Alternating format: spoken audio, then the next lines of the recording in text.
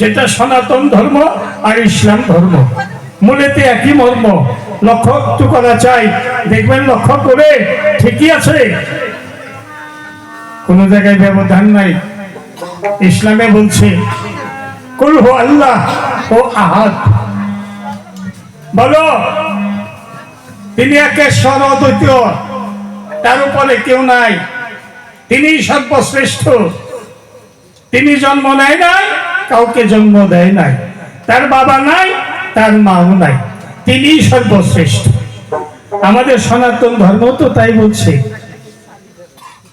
আমাদের সনাতন ধর্ম তাই বলছে। ধর্মে মিল আছে, কেবল আমার আর তোমার মিল নাই।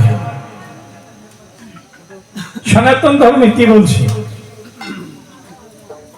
এক ব্রহ্ম দ্বিতীয় নাস্তি, ব্রহ্মের উপরে এক ঈশ্বরের বাইরে আর কিছু নাই। এটা আমরা ঋগ্বেদে পাই, কথাটা করেন বিবেচনা। কিন্তু বিভিন্নমুখী আমাদের এই হিন্দু সমাজে, আমাদের এই সনাতন সমাজে বিভিন্নমুখী মানুষ আমরা হয়েছি। বিভিন্ন স্বার্থের জন্য বিভিন্ন গোত্র, বিভিন্ন শ্রেণী একমাত্র স্বার্থবাদীরা করেছে, ধর্মে করে না। তোমাদের ইসলামের মধ্যেও দেখতে পাই, তোমাকে নীতিও ঠিক না। আমাকে বামনগুলো যেমন, তোমাকে নামাজিরা মুন্নারা ওই রকম। আমরা খালি আল্লাহরে বিশ্বাস করি আর নামাজ পড়ি, রোজা রাখি। বেশ, তোমাকে নামাজ আমি ভালো করে জানি, নামাজ আমি দেখছি। দাদা একজন তো নামাজ পড়বার গেছে, নামাজ, এখানে একটা প্রশ্ন তোমার করতে চাই। নামাজ পড়লো, যখন নামাজের সেজদায় পড়ে, ভক্তি পড়ে, এরা ফার্সি ভাষায় সেজদা, বাংলা ভাষায় হইলো ভক্তি, জিনিস একটাই।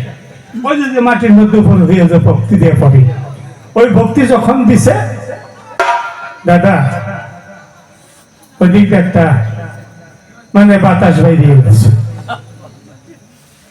বায়ু হয়ে গেছে। তো মোল্লায় ফতোয়া দিল, এই তুই এই কাজ করছিস, তোর নামাজ পড়া হবে না, তোর অজু করা লাগবে। অজু করে এসে পুনর্বার নামাজ পড়তে হবে। মানুষের এটা হইতেই পারে, হতে পারে না? মানুষের গ্যাস ফর্ম হয় না? হয়তো খাওয়ার একটু গন্ডগোল হয়েছে, পেটটা ফুলছে, একটু চাপ পড়ছে পেটে, বাতাস একটু বাইরে যাইতেই পারে পুকুরে। এই সময়ে বলছে তো নামাজ হবে না, যা অজু করে। এখানে একটা প্রশ্ন করি, অজু করলো, অজু করে তো আপনারা দেখছেন, অজু মানে হাত ধো, প্রথম মুখে কুলি কুলি করো, মিথ্যা কথা বলছো যাতে সে পাপগুলো ধৌত হয়ে যায়। হাত দিয়ে বাজে কাজ করছো, সে পাপটা যেন ওই জল স্পর্শ মুক্ত হয়ে যায়। চোখ ধোয়া, কত কিছু চোখে দর্শন করেছো যেন সেই পাপটা মোচন হয়ে যায়। কানে জল দেওয়া, আল্লাহর নাম না শুনে টাকার কনকনি আর চুরির ঝনঝনি শুনছি, এটা বেশি করে শুনছি।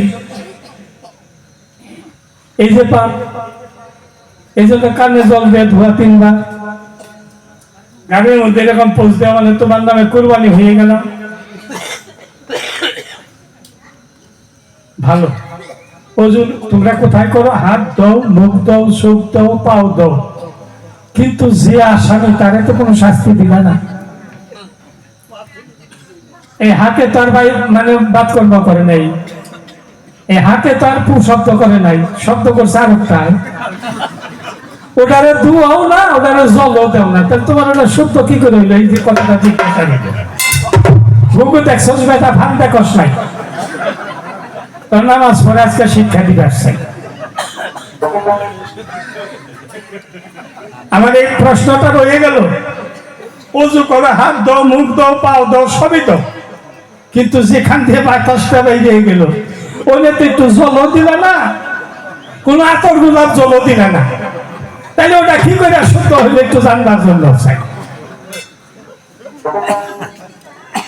এবার তোর মুসলমান শিক্ষা দিয়ে থেকে যান। দাদা নামাজ পড়াও দেখছি দাদা, এবার কথা করেন বিবেচনা। ওই ঈদের নামাজ আসতেছে না, এই যে রোজার শেষে মানুষটা গুয়াহাটি কাজ করে বাড়িতে আসছে ঈদের উপলক্ষে, নতুন পোশাক পাতি সবার জন্য কিনে নিয়ে আসছে, ওর জন্য একটা পায়জামা নিয়ে আসছে। দোকানে থাকলে জিনিস নতুন, কয় বছর ধরে যে দোকানে রয়েছে তা তো আর জানে না। দোকানদার কাছ থেকে কিনছে, ভাঁজ করে পছন্দ হয়েছে, ভাঁজ করে দিয়ে দিছে। কিন্তু সিলাইয়ের সুতাটা অনেকদিন হয়েছে তো নরম হয়ে গেছে। গাইড পচা কয় না কাপড়, ওটা গাইড পচা হয়ে গেছে। তো ভর্তির সাথে পইরা টইরা ভালো মন্দ খাইয়া টাইয়া নামাজ পড়তে গেছে। তো 6 তাকবীরে নামাজ পড়া লাগে, 6টা তাকবীর দিতে হয়। সে তাকবীরে